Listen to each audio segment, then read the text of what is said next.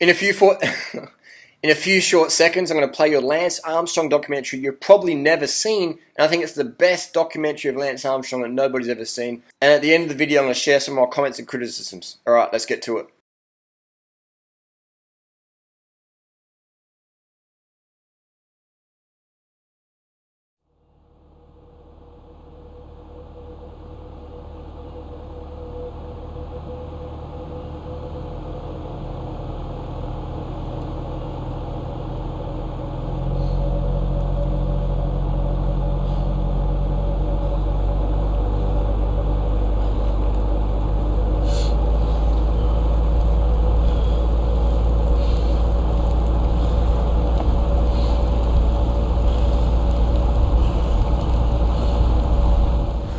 The main goal of this team and the main goal of this program is do everything what we can in terms of planning and preparation to win Tour de France.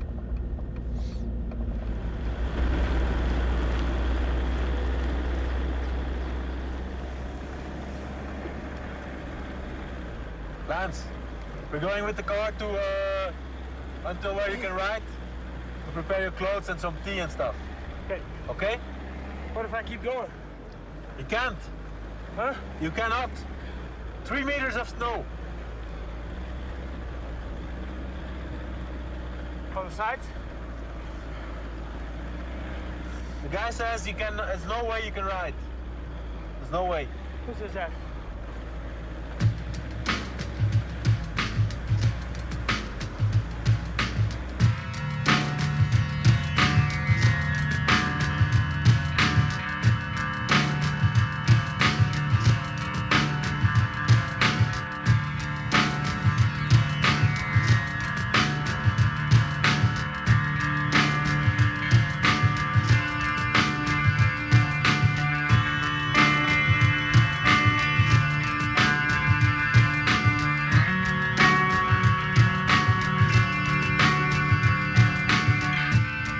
Very simple, but later to make it happen was not so simple.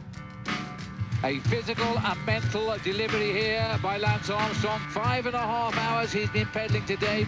Like other teams, they didn't understand what exactly we were going to do when we said we are going to prepare for the Tour de France. What are you? Who is going to be our leader? I say Lance Armstrong, but he cannot climb. They say. And he's accelerated, he's out of the saddle, sprinting up this climb now. If you keep going, you can take the jersey, yeah? If you keep going, you can take the jersey, yeah? Lance Armstrong, as the clock ticks down, is racing to the yellow jersey of the Tour de France. Yes! He was the first man Yes! to the world. It's certainly one of the biggest fairy tales this race has ever produced. A man that really was only given a 20% chance of living because of cancer is now tearing the field apart in the Tour de France, and it's a long time since we've seen a performance like this. Basically, I like doing the job. I enjoy it. I enjoy the travel. I enjoy the sacrifice.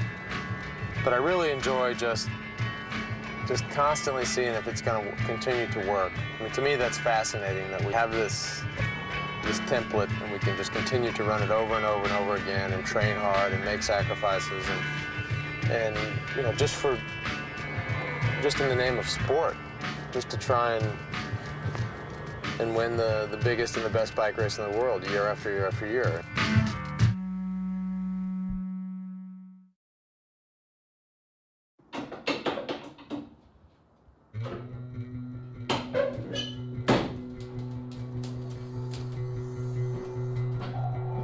As many of you know, it's been a trying winter for me and my U.S. Postal Service cycling team. In November of last year, a formal investigation was launched into our team regarding the alleged use of performance-enhancing drugs. I'm very happy to report today that we have received confirmation that the results of the testing of our urine samples have proven to be negative. To be clear, we have learned that our urine samples did not contain EPO or any other banned substance, as we knew they would not. This investigation is going to be closed, and we're going to be proven innocent. But when we're proven innocent, and we're proven that the only thing we've taken is a bunch of hard work, and I wish we would write that story as well, and I think that's only fair. I look forward to racing again this week in France, and over the next few months, I plan to do a few other races here. And of course, on July 7th, I plan on defending my Tour de France title in pursuit of number 3.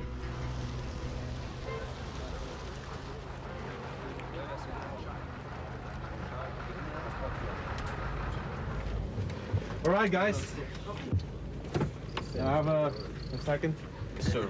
Yes, sir. Yes, sir. With the team that we have here, every single one of us can win Circuit de la Sarthe. Not me. Every single one of us can win Circuit de la Sarthe.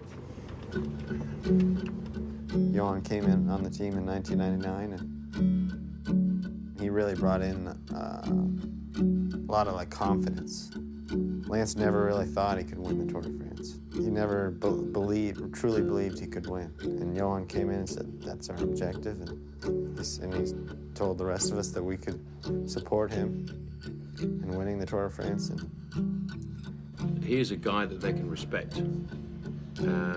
He's a guy that they know has ridden the Tour de France. He's been a contender at the Tour de France. He's ridden for the big teams. He's ridden for well-drilled teams. They can look at him and say, if he says it's like this, then he's talking from absolute experience.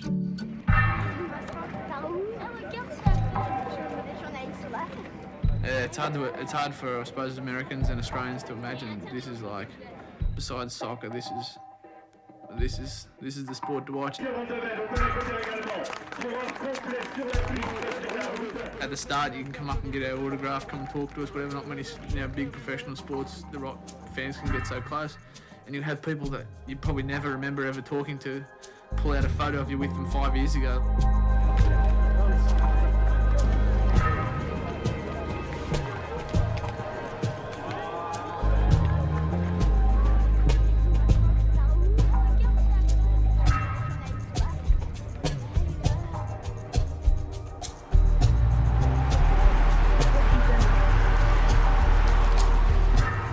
This is probably the most family-oriented sport in the world. The people come around and they have a picnic all day and they enjoy it, and they hear it, listen to it on the radio, they watch it on television, on portable televisions, and the race comes to them. Now, although they see it only maybe for 20 seconds in some cases, they love it.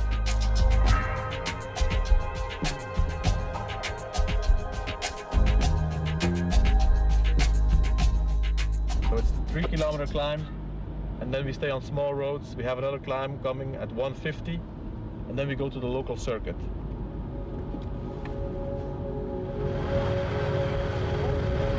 Stefan or Lance, if you hear me, you have to help and bring that brake back, eh? Only Christian, and there's 16 guys in the front. It's not enough.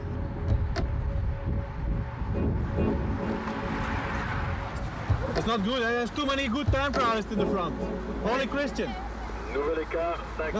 Let's put two guys to pull here also with those guys. Are we gonna ride?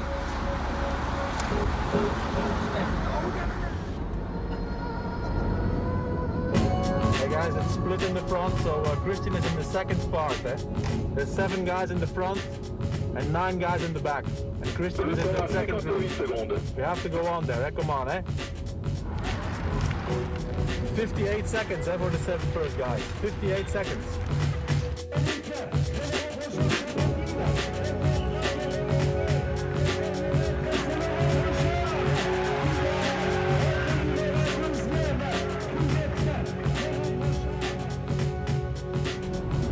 Oh boy.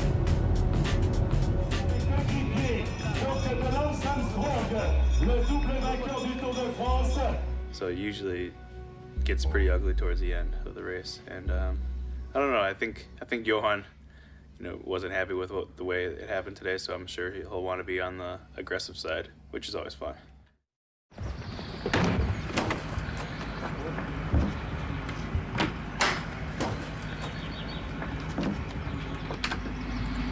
I grew up, I was also a cyclist, and I grew up in the middle of cycling, because everybody was cycling where I live.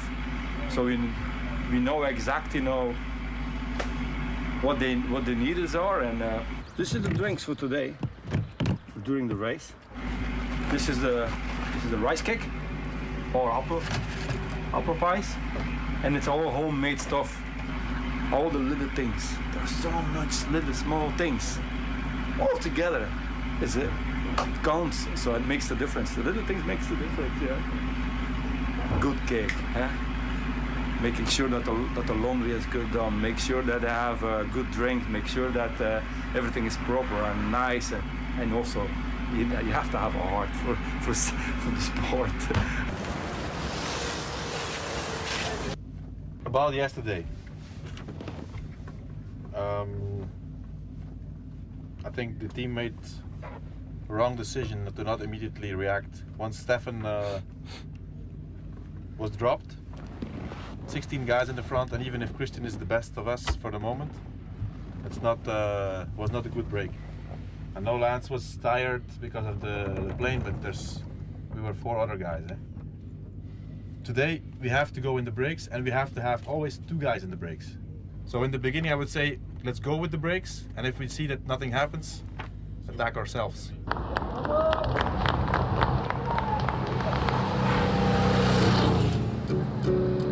27 seconds for Tyler, 27 seconds for Tyler. So we pay attention now to the counter-attack. There's kind of like a certain rhythm to the race. You know, everybody attacks in the beginning, kind of gets settled in. Maybe a small group of rider goes away and everybody else kind of settles down. And then it's an opportunity to figure out, you know, is it going to get colder? Is it going to get warmer? Is it going to keep raining? So you'll see a lot of guys going back to the car. The radio's not working so hot. Sometimes one guy from a team will go around and kind of collect clothing from certain guys and then go back to the car and drop it all off and then come back with some food. And then kind of it's also an opportunity to take a piss if you feel like you have to. Because later on in the race, you don't get to do that.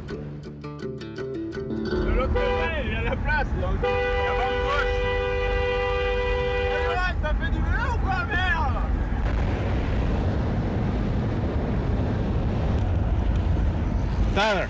Yeah. You have 2 minutes on the peloton, and there's a guy, Sivakov from Big Mat. Yeah. He's 38 seconds behind. No, wait. It's better to wait. Huh? If you need something, I can give it to you now. I'm going back to the peloton, and Big Mat will stay here. If something happens, I go back to the bunch now.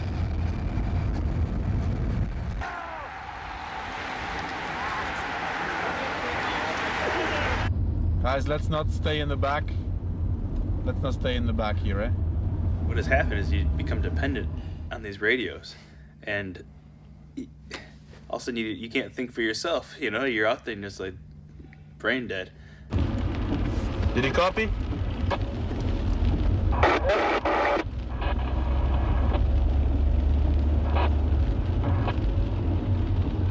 The radios suck today. These radios suck. You have a new one. Huh? You have a new one. No, I have an old one. Hey, I tell you, you have a new one. Guarantee you I have an old one. It's all beat up. It's a brand new one you have. No. The radios are kind of hit and miss. You know, we got some new ones. This is not a new one. Oh, this is not a new one. Tyler. Okay. Try that one. Yeah. Try it. Try it. Okay, I copy you. El pelotón no oyes nada? No estoy nada. I do not understand you. In the beginning, everything looks a little bit hectic and problematic, and sometimes you don't see how you're going to solve a problem, but it's mass chaos. That's why it's good that we do these kind of races before the tour, and you know, and we get these things straightened out. Call me on the radio if you need me.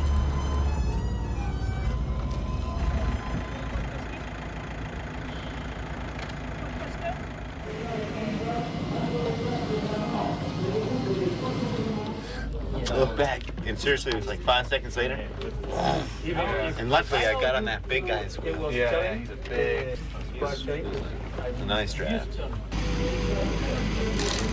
I think one thing that people ignore about Lance Armstrong is that his training is much more like a track and field athlete's training.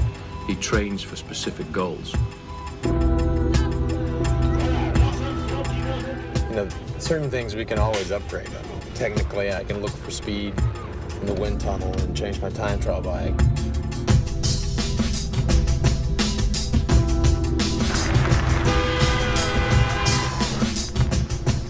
Or we can take the climbing bike, which is what we did last year, take it down from 9 kilos down to 7 kilos. Those are evolution.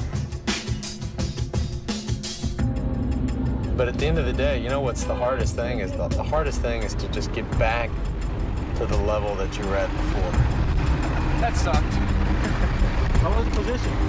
Good. That was a good thing. So we can take it off? Send it? Yeah, this bike is really different. If you've got a guy who's capable of winning the Tour de France, then you have to base your whole season around that.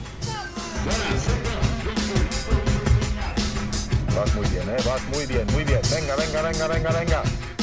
You have to have a team that is ready on day one for 22 days of battle. Muy bien, Víctor, muy bien, muy bien, muy bien. Sigue, sigue, sigue, sigue, sigue. Hard training today. Very, very hard training. I need more condition. Yeah. But it's good for the Tour. Circuit de la Sarthe was, I think, a good race for a couple of reasons.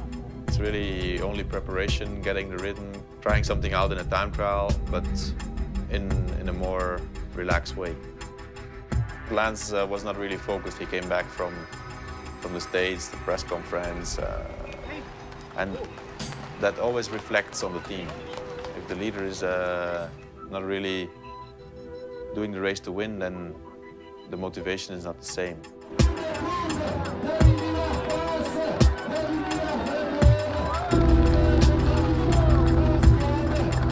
Circuit de la Sarthe is a great race.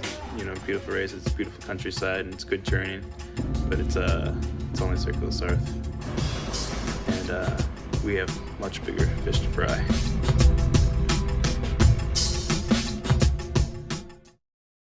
If you start the Tour de France in July and the team hasn't had any victories at all, everybody's pretty nervous. The sponsor's nervous, the director's nervous, the bike riders are nervous. But if you've had a good campaign in the races leading up to the Tour de France, then the team is just that little bit more relaxed. The sponsors feel as if they've got their dollar's worth of publicity out of the team. So therefore, you know, the pressure is not as great as it would be as if you were going in without any score at all. Daar ginds aan het eind van de Van Akkerenstraat ligt de aankomst. Pissiks gaat zich optrekken. Hier door het smalle gaatje gaat hij links demareren. En Matan moet niet reageren. En nu gaat die sprint op gang komen. En het is Wezenman die naar het wiel van de Pissiks moet. Pissiks heeft 10 meter. Pissiks nog altijd. Daar komt Wezenman. Wezenman is sterk. Maar ook Van Bon komt daar nog aan klampen. Van Bon komt daar naast Wezenman. Gaat Van Bon hier winnen of is het Hinkepie? Van Bon of Hinkepie? Het is Hinkepie. George, congratulations. Nice victory, and you needed it. I don't know if I won yet. Yeah, you won. Are you sure? Yeah, we are sure. Absoluut zeker, Karel. How sure? 100%. It's sure, you win. You win Ghent-Wevelgem 2001, it's sure. Otherwise you wouldn't be here. Yeah, but it's the photo finish. They're looking at the photo. Is niet They're looking at the photo. You don't need it, you win. Hij wil het maar niet geloven. You really win, George. He says I won. He says he's sure, but... You don't believe me? if it's true, then I'm very happy. But I want to make sure. Yeah, our commentators, they confirm it. You win. Really? Then, yeah, that's good. I very much been needing to win. You know, my directors and the managers. It's been a long time since I won, but they really believe in me, and every race they say, George, you can win, and they make me believe. And I know that I can win. I just have to have everything right. But I hope this just confirms more victories to come. I hope. So now you're one of the favorites for Paris-Roubaix, you know? That's where one of my main things. Yes, of course I want to win Roubaix. So yeah, we'll see what happens. I wish you good luck for Sunday. Guys, let's have a toast on George. First, For George. Is he paying for it? It's the first victory in a classic of this team. I think in the history of US Sports School, it's the first victory in a classic, although it's not a World Cup race. Let's say that Gent-Wevelgem is a big classic, so thanks, George. And let's toast on another one on Sunday in Paris-Roubaix. Yeah. So my title in the team is actually assistant sports director. So, but it means we have so many races. We have riders enough to do a double schedule. So it means Johan is almost all the time on the road with a part of the team around Lance, and I'm almost always on the road with the rest of the team. I'm the only guy who's on time ever. The races are, especially up here, are very stressful. Pretty much a war zone every race we do up here, so. You like it or you hate it, eh? You have to be crazy about this race. You have to be mentally sure that you can do it. But most of the riders, if they see this, they are done, eh?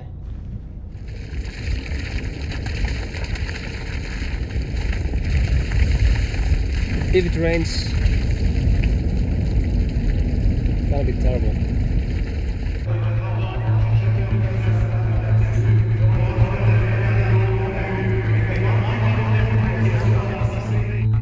The objective for a winner of Paris-Roubaix is to have the maximum riders of the team around you as far as possible. When they come into a position of stress at a big event like the Tour de France or a big event like Paris-Roubaix, then you'll see what their weakness is. But so far they haven't been put into that position.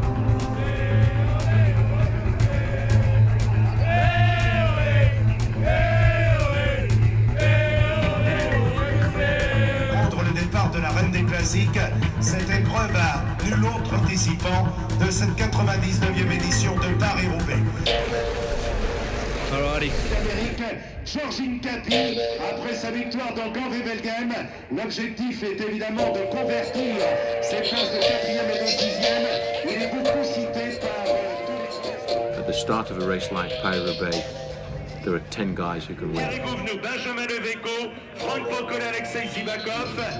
It's not a race where you need good luck.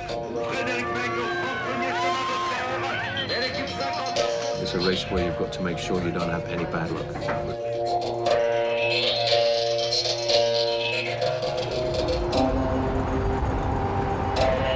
3 kilometers to go, we go under a bridge, we take a left, then we have a slight uphill, and then it's becoming more narrow. So from now on, we stay there good in the front with George, everybody, yeah?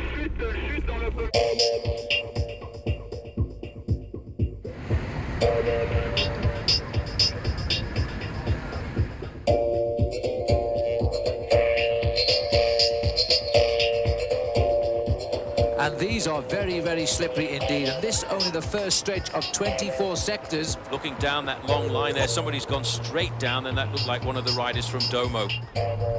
So guys, George crashed. We have to chase, but we don't panic, eh? Don't panic. It was like ice skating out there. After the third time I crashed, I just started laughing. It's sort of not cycling Paris-Roubaix, it's sort of just a battle on wheels, man. So George, it looked like I told you before, it will be a very hard one today, a very individual race. So you are in good position there. Just take once in a while your pull, not too hard, the whole day in reserve, and you will see it. Going to be very hard today, but be confident. You are strong, man. Come on, George. I think if it comes together, George will win the race. It's very nervous in the peloton. Everybody's stressed. He doesn't get nervous when the peloton gets nervous. That's a part of the talent if you want to do good in this race.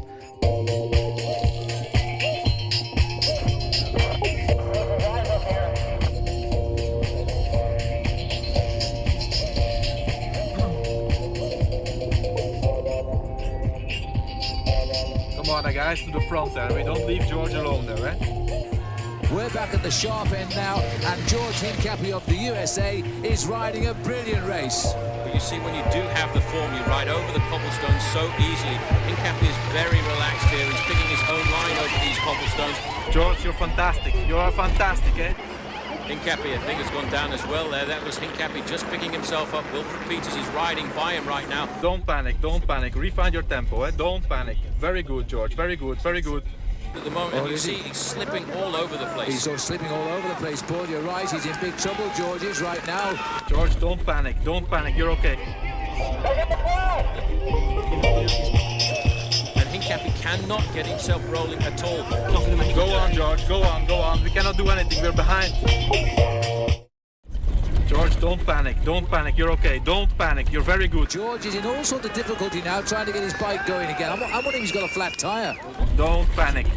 You can handle this. You can handle this. George has got a flat tyre, and there it is. This time he's taken the wheel out, and he's called up the service. Well, there he was. It's very difficult. He was riding so well. No panic at all. He waited for the neutral service there to come up and give him a front wheel, and he's up and riding once again. But he will have lost his place in that very select group right now. Come on, guys. Eki, Cedric, Benoit, Matthew, Tony. There is too many people in the front, eh? It's not possible that we have a guy, one of the favorites of the race, and you leave him alone there, eh? Come on, you have to go on and we have to come back. Now they start to attack. George is he's going along. This is the escape now, trying to chase down the leader.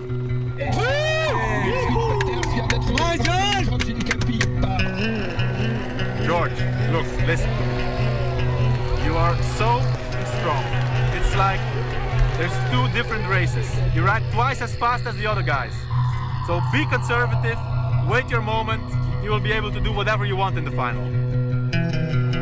And coming right up into third position is another Domo Farm Freaks rider, that's Servais Carnarvon. They've ridden off the front right now. I would have expected George to attack on the next section of cobblestones, but now he's in a very bad situation because he's got two men from the same team, the team of the leader Wilfred Peters, and they will not work with him at all.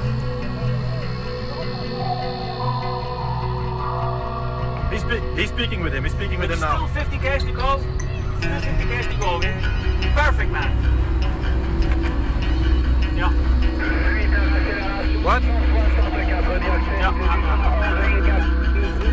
Puncture. George puncture. Hey! Zelf voor de plaats, ik moet maar down!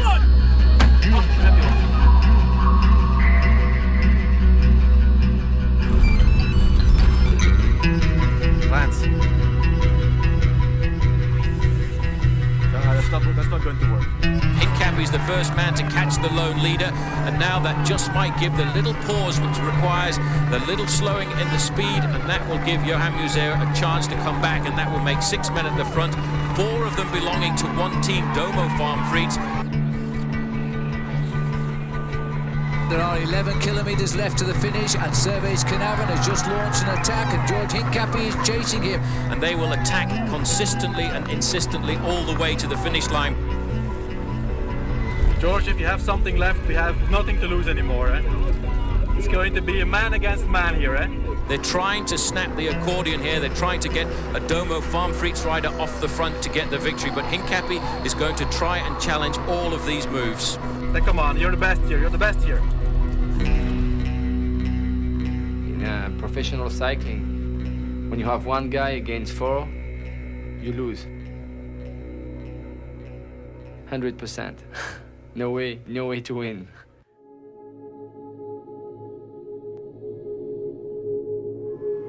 They're going to keep attacking all of the time, and somebody is going to catch out George Hincapie. This again looks like Servais Carnarvon leaping off the front right now, and this is what the guys from Domo Farm Freaks are trying to do. They're trying to isolate the rider off the front. They're trying to keep George Hincapie in the back.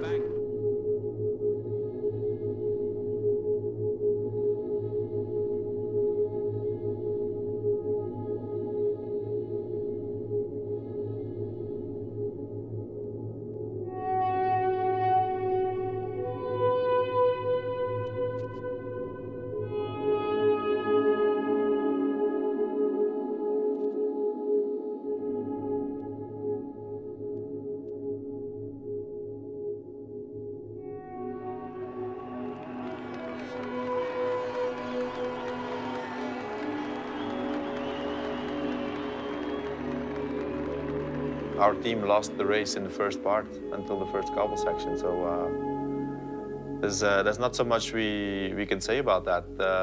There has been crashes, there has been punctures. That's not really an excuse because everybody had punctures and crashes. There's George Hincapie on the left of our picture here. It's going to be close. I don't. It's a 1, 2, 3 because Vainslanes gets it for Domo. Hincapie is fourth.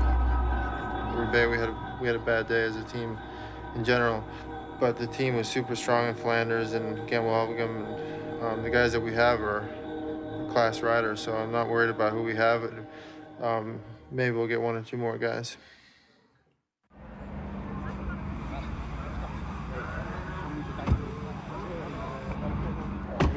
He goes with Johan's car to Van der Poel. Stefan, you go with Johan's car, first one. Funny thing is that, like, after the race, there's like this big circus going on behind me. You put my rain bag in the truck for Camembert? You know, everybody gets back, showers, pack the cars. Okay, who's going where? Okay, this bag goes here, this bag goes there. Okay, you get in this car goes, you know, to Belgium, this car goes to the airport. Yeah. See you in Amsterdam. Yeah, or Dunkirk. Over the years, I've become a lot more comfortable here in Europe. And yeah, I miss home, but it's not like the early days when, you know, I was just counting the days to go home. Now it's, you know, I really enjoy living over here, and it's a lot different than the United States, but it's a nice different.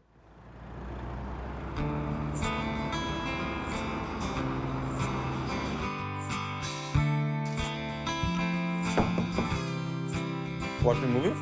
Hello, man. Hello, man. Hello. Oh, Hollow Man. Hello, man. Stefan's trying to turn albino. No, not albino. I just want to prove that I'm a pure Norwegian blonde white. It's your life, you know. You have to like it more than anything. Step on this.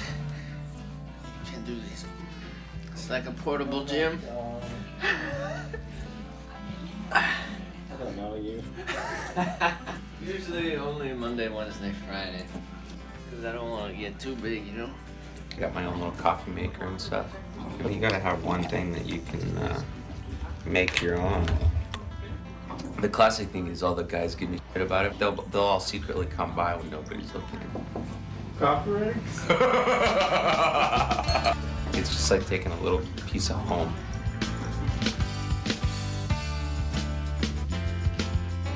Seven kilometers to the bottom of the San Nicolai. Good job, Christian. Come on, very good, I've been riding bikes since I was 4 years old. It's not that complicated, but it starts to get kind of complicated when you're going 60 miles an hour down a hill. Seen guys who go head on into cars, you go off the road, crashing cobbles, puncture. I just had a bit of a crash. Bit of liquid on the kneecap there. It should be right. It's nearly the end of the classics. The first thing we want to do after a crash or an injury is to start riding again. Good job, Christian, good job! Good job, Christian, good job! 1 minute, 1 minute! Now this is my dream. I live in my dream. You have to be a little crazy about the whole thing. You have to love it. If you're a couple of weeks or a couple of months out of it, you missed it already. Naturellement, de la part des organisateurs, du public français, des journalistes européens, il y avait un phénomène de curiosité pour cette équipe américaine qui a fait des bonnes performances dans le Tour de France, mais je crois qu'avec US Postal, une marche supplémentaire est arrivée parce que l'équipe US Postal s'est un petit peu européanisée en prenant un directeur sportif européen et plusieurs coureurs européens qui possèdent la vraie culture du Tour de France, du cyclisme européen. Et je crois que cet apport de la culture du cyclisme européen, de Johan Brunel en particulier, a été déterminant pour faire progresser l'équipe américaine US Postal. Et ça n'est pas une surprise pour moi de constater qu'une équipe américaine telle que US Postal aujourd'hui est comparable à une grande équipe européenne dans son comportement, mais avec un champion d'exception qui est Lance Armstrong, elle est parvenue au succès 2 années consécutivement. Le Tour de France, vous savez, c'est presque 100 ans d'expérience. Les coureurs européens, les équipes européennes ont les acquis fondamentaux de cette expérience. Et c'est quelque chose qui manquait un peu aux équipes américaines. Aujourd'hui, les choses sont à jour.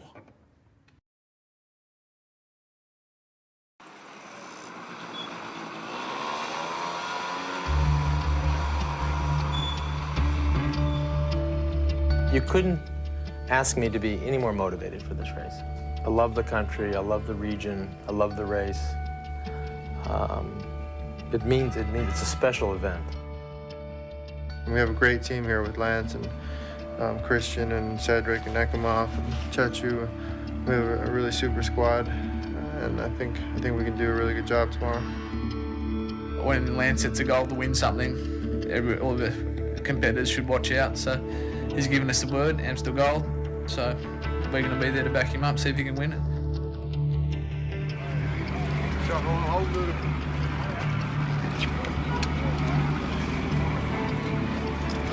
I think we have never had such a strong team like we are having here. But it's very important that a race like this, especially when it's raining, first of all, that we do it like as a team race, that we don't have individuals, that we ride as much as possible in the front.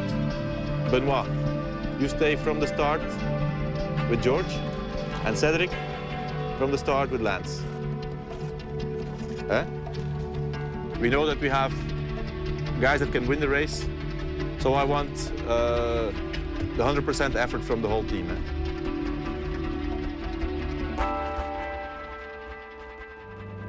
So guys, we see the peloton is already in different groups. It's going to be the whole day very important that we ride in the front, because it will happen any time. Everybody in the front.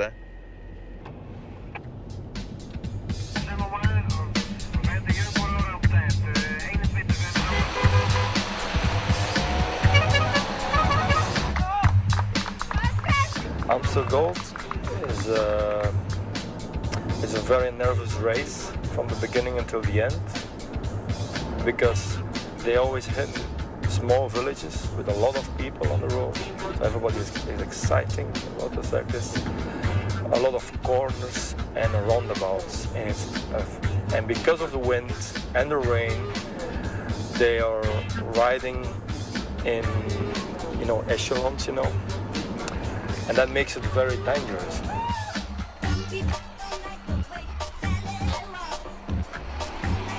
They have to pay attention, so it's a nervous race.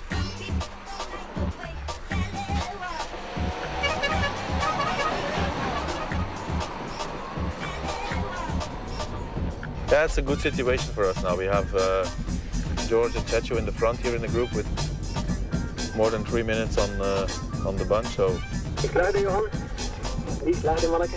George and Chechu, 7 minutes. 7 minutes on the bunch. 7 minutos. 7 minutes? Hey, this is serious, eh? So, perfect, guys. Perfecto, Muy bien. Venga, venga.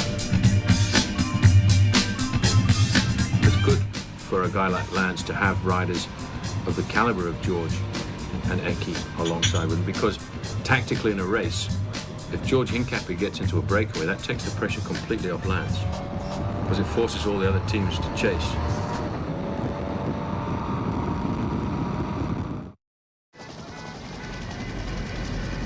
So Lance and Cedric and Christian, this is what's left from the peloton. We have 3 guys here, and George and Chechu up front, so we are in a perfect situation. Christian and Cedric, make sure that we always keep Lance as good as possible in front. And Lance, you have to wait and gamble. Lance Armstrong on the attack now with Eddie Mazzolini.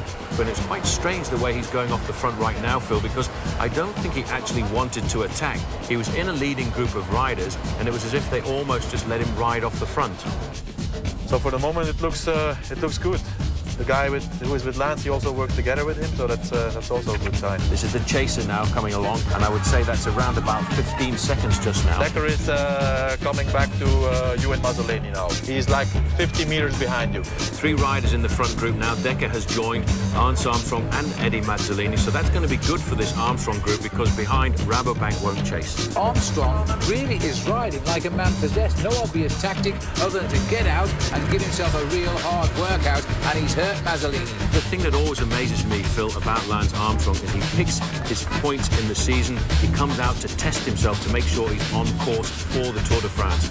Lance Armstrong putting on a fine show here and showing us, I think, Paul, that we are indeed seeing a man preparing for the Tour de France. 2 kilometers to the bottom of the Kouwberg. How are you? You think you can drop him on the Kouwberg, or is he strong?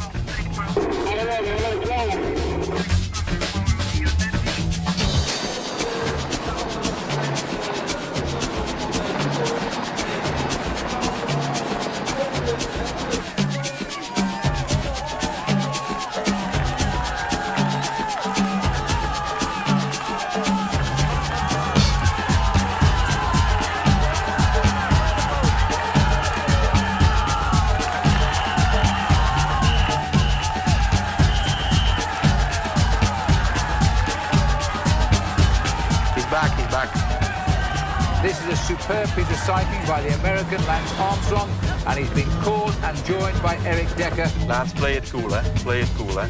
Remember, eh? They need a victory in Amsterdam Gold Race a lot more than we do. That's a big advantage for us. Lance, Dekker is getting nervous, eh? And De Rooij also, eh? They're really very nervous. Now this is Johan Bruneel here, the young manager of the US Postal Service's team that Lance has a lot of respect for. A few words of wisdom. Unfortunately, I can't hear what he's saying. It would be interesting to know what he's going to tell him right now. Lance, you have 40 seconds on Mazzolini and 1 minute and 10 seconds. 1 minute and 10 seconds on the group of Museo, but for the final, the last kilometer, stay in his wheel, eh? Don't come out of his wheel. Remember 99, eh? You can beat him like that. Now this is going to be a most intriguing final kilometre now. But let's not forget that just behind us we've got Serge Baguet, who is absolutely boring down on these guys. And the last check we had, in fact, was at 20 seconds, and here he is now. He's under the kilometre to go. It's going to be quite dramatic. And the other two are going slower and slower. This is almost a track sprint, a max sprint against these two on the front. Dekker looking over his shoulder. He's keeping over to the far side.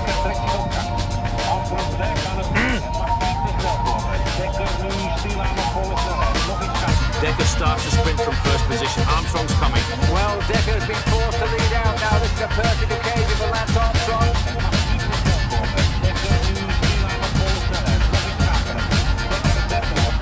Armstrong, I think, although he's dodging around the back, he would have come by now. He is not going to get round Eric Dekker. Dekker wins the koers.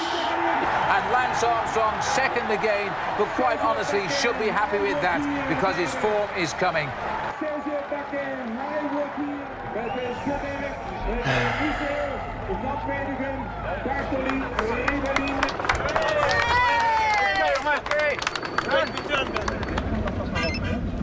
Hallo? Yeah. Yeah. George and Chechu were in there. It was a big group, was a good group with Schmil, with Petito, with George. So that nobody had to work in the peloton. And then when the group was caught, there was only 37 guys left at the end, with 5 guys from us. And then Lance attacked and it was finished. Yeah, he's in good shape. The team was very good. I mean, we had a good team also. Here was Eki, George, Chechu, Victor Hugo, Cedric, Christian, Benoit, Lance. 8 good guys, eh? Of course. No, we rode the perfect race. That's not just Rabobank was stronger, that's all. Close.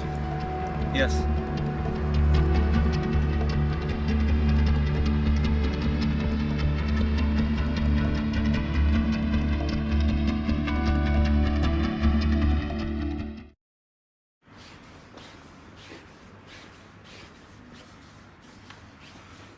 Oh man, the next month is crazy. We go a lot of travel, fly all around, look at courses, train hard.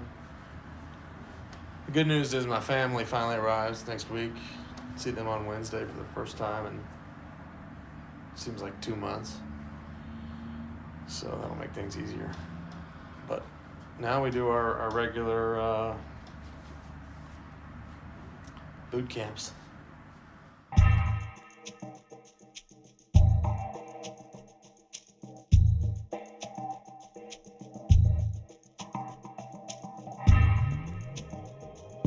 It's the end of the first racing period of Lance, but it's also like the start of the real Tour de France preparation, and the fact that he's in such a good shape to start these training camps is a very, very positive thing to know.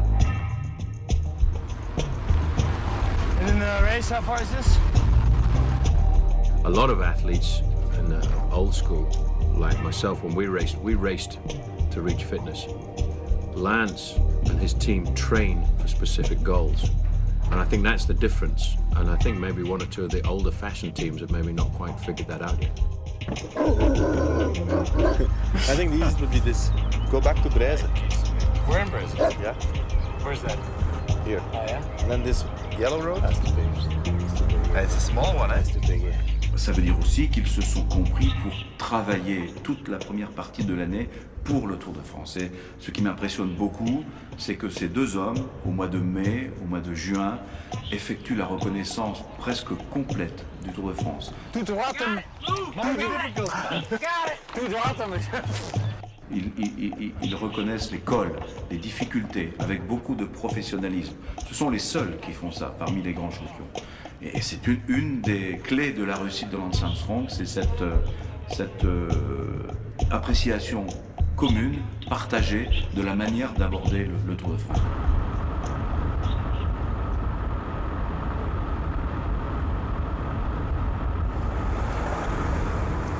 You see the Fort Alamo back there? The what? Fort Alamo. Yeah. Western Village, it said.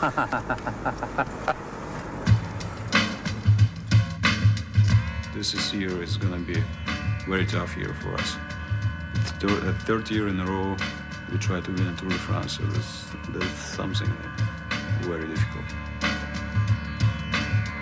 I mean, I know that getting back to those levels, getting back to the speeds that I've ridden the last two tours, if I can do that, then I'll be close. I'll be in the race. I'll be competitive. When you have a teammate who can win the whole race, you want to join that. It's cycling is a team sport, and I feel like I'm a part of his victory. My biggest value to this team is supporting Lance in the Tour de France. It's the biggest race in the world, and if you can win the Tour de France, you can be at the back in every other race all year long, and your season's still going to be a success. He knows that he will need all those guys in the month of July more than 100%. I mean, they cannot save 1% for themselves.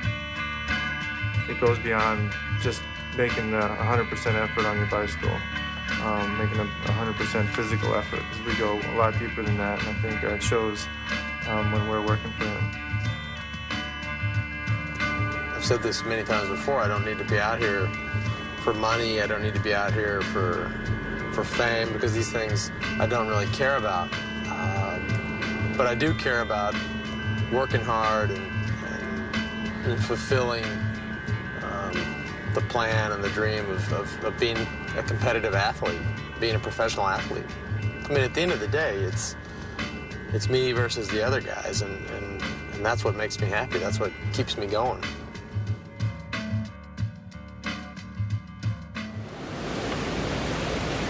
Changes, just changes. 3 kilometers like that.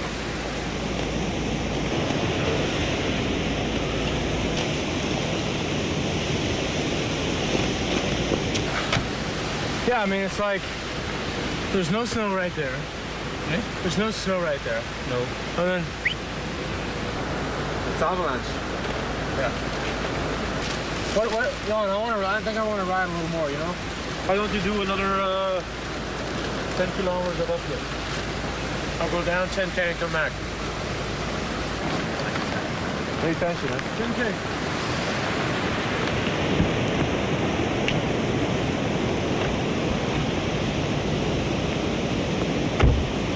That's what it takes to win the Tour. What? Training in this weather. Nobody sees that.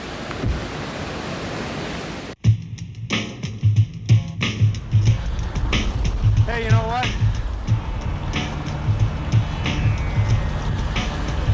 When the soup is good, all is good. Hello? Hello?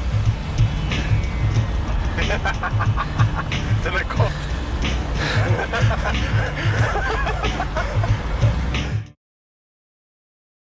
A lot of people critique Lance Armstrong saying, Lance Armstrong destroyed people's lives. I'm like, well, how many lives did Lance Armstrong actually destroy? For every single one you can show me, I can probably show 1,000 he benefited from. I made so much money from Lance Armstrong. I worked at a Trek dealership, and bikes, I would sell bikes just so easy. All the fat bankers come in, 10 grand on the table, get a Trek Madone or a Superlight or a 59 SSL or SSL, SLX, and all this stuff. Like, this is walking out the door, Dura A7800 group sets, people just Livestrong jerseys, everything, mate, is just flying out the door because of Lance. So I made a lot of money. When I went to France, watched the Tour de France, I saw the tourists and stuff, and the tourists, and Lance changed the bike industry with carbon, and he made Trek what Trek is today. He made Nike and Oakley and Giro, you know, as big as they are in cycling today. Lance made all that. Lance just changed the whole game. So people say, Lance destroyed people's lives. I don't know anyone whose lives was destroyed by Lance. Some people go, Betsy Andrea. It's like, Betsy made hell money from 60 Minutes, etc. And her husband, Frankie, he made hell money on the Tour de France team. Now because of that, he's like a reporter and journo for the Tour de France. So it's a big fallacy that Lance destroyed people's lives. That's just a soundbite some people use. So anyway, that's my comments and criticisms on that one. I knew all along Lance was on the hot sauce. He's a Nike athlete. Nike ain't signing no fucking natties, mate. They're signing the top dogs, the big dogs, the Serena Williams, full natty bright athletes. They want the best. And to be the best, you won't cope unless you're dope. There you go. Anyway, it's a good doco. Bit of propaganda, bit of advertising, bit of like naive fairy tale bullshit, but captured the essence of cycling. Get out and ride your bike. Doesn't matter if you're racing or not. Just get out there, ride your bike to the shops, have fun, burn fat and oil. We'll see you on the road. Got some more documentaries coming up. Give someone a thumbs up if you enjoyed it, and see you out there.